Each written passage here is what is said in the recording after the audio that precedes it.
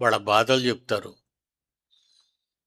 ఏటేటో వాళ్ళ నోటికి ఏవి జ్ఞాపకం వస్తే అవి చెప్పుకుంటూ పోతారు.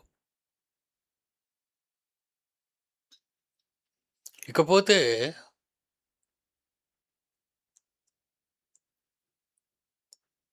తల్లిదండ్రుల పెంపకంలో పిల్లలు లేకపోతే ఎలా చెడిపోతారో దేవుడు చెప్పాడు కదా, మీ పిల్లల విషయంలో జాగ్రత్తగా ఉండండి అని. అలాగే ఆయన సన్నిధిలో చెప్పబడుతున్న బలమైన ఆహారం వాక్యం.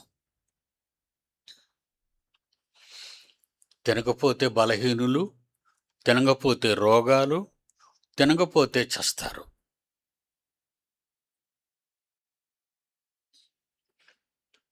అందుకే ఒక పదప్రయోగం చేశాడు.